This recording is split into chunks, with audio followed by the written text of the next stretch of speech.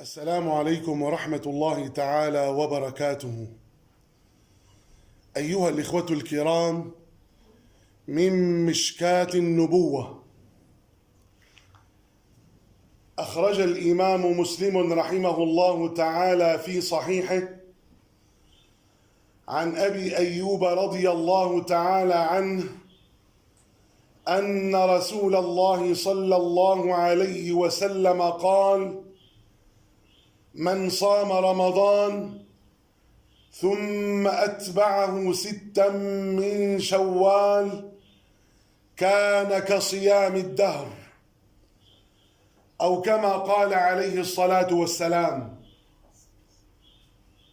وأخرج الإمام مسلم رحمه الله تعالى في صحيحه عن أبي قتادة رضي الله تعالى عنه أن رسول الله صلى الله عليه وسلم سئل عن صوم يوم الاثنين فقال: ذلك يوم ولدت فيه ويوم بعثت أو أنزل علي فيه، أو كما قال عليه الصلاة والسلام.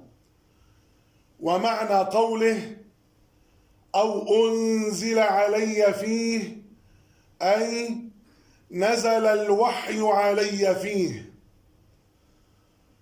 وأخرج الإمام الترمذي رحمه الله تعالى في سننه وقال: حديث حسن، عن أبي هريرة رضي الله تعالى عنه عن رسول الله صلى الله عليه وسلم قال: تعرض الأعمال يوم الاثنين والخميس، فأحب أن يعرض عملي وأنا صائم، أو كما قال عليه الصلاة والسلام.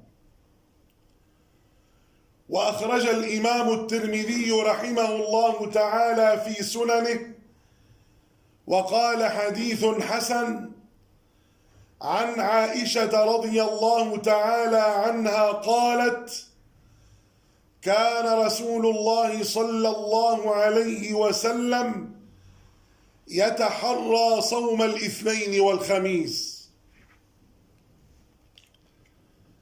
أسمعتم أيها الإخوة؟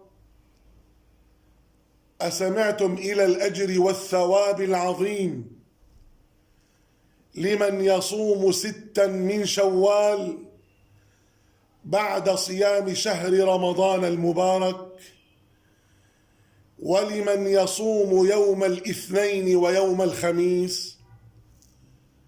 أيها الإخوة الكرام، بالنسبة لصيام 6 من شوال يجوز لنا أن نصومها متتالية، ويجوز لنا أن نصومها متفرقة.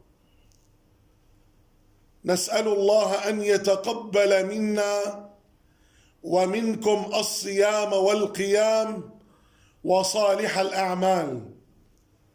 نفعني الله وإياكم بما سمعنا، وجعلني الله وإياكم من الذين يستمعون القول فيتبعون أحسنه. وصلى الله وسلم وبارك وعظم وأنعم على سيدنا محمد وعلى آله وأصحابه أجمعين، والحمد لله رب العالمين. والسلام عليكم ورحمة الله تعالى وبركاته.